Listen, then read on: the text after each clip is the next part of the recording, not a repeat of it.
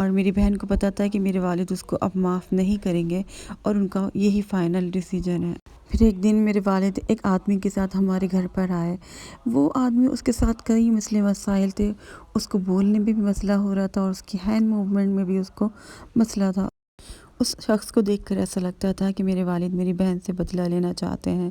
میرے والد نے زبردستی میری بہن کا اس سے رشتہ کروا دیا اور میرے والد نے کہا کہ یہ خود تم نے اپنے ساتھ کیا ہے۔ میری بہن بہت بدل گئی تھی، وہ ہر وقت روتی رہتی تھی، نہ کھاتی تھی نہ پیتی تھی۔ وہ سوچ بھی نہیں سکتی تھی کہ ہمارے والد جو ہم سے اتنا زیادہ پیار کرتے تھے، وہ زبردستی کسی ایسے شخص سے اس کا رشتہ کروا سکتے ہیں۔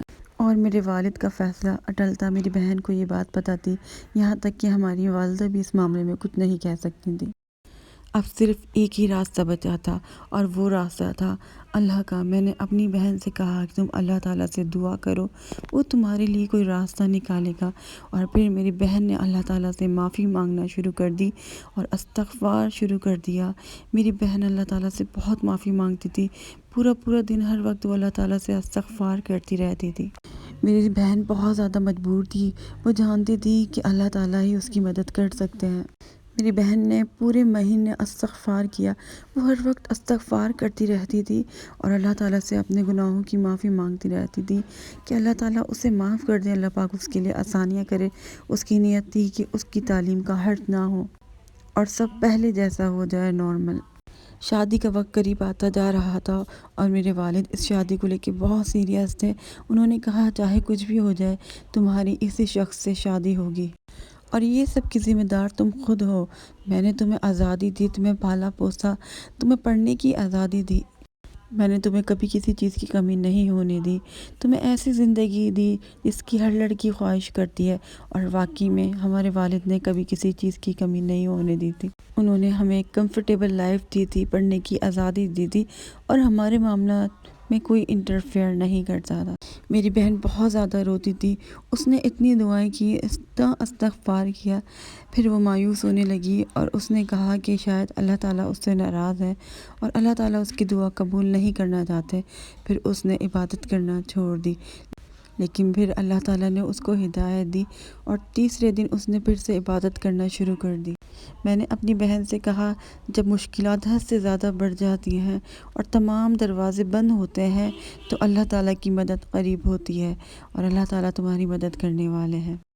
پھر ایک دن آدھی رات میں میرے والد میری بہن کے کمرے میں آئے، میری بہن کو جگایا اور میری بہن کو گلے لگایا۔ میرے والد رونے لگے اور میری بہن سے کہا کہ میں تمہارے ساتھ اس لیے اتنی سختی کرتا تھا کیونکہ میں تمہاری بہت زیادہ فکر کرتا ہوں۔ اللہ تمہیں دیکھ رہا ہے اور آج مجھے خواب آیا اور خواب میں مجھے ہدایت دی گئی کہ میں تمہارا خیال رکھوں اور میں تمہاری اس شخص سے شادی نہ کرواؤں۔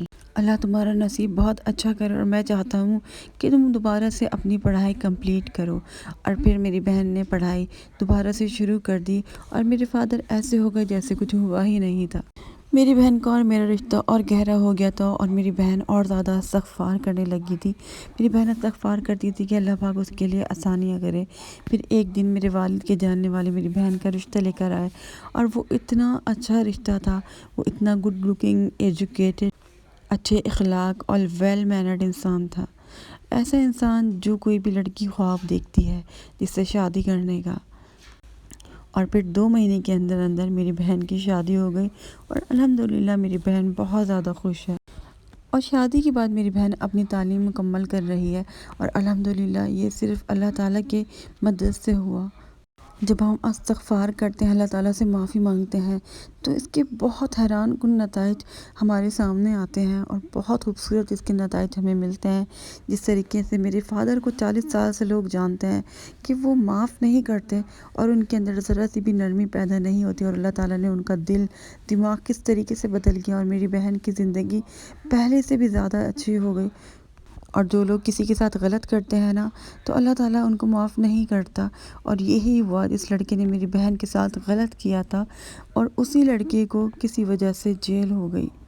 استغفار کرنے سے بہت زندگی میں معجزات ہوتے ہیں۔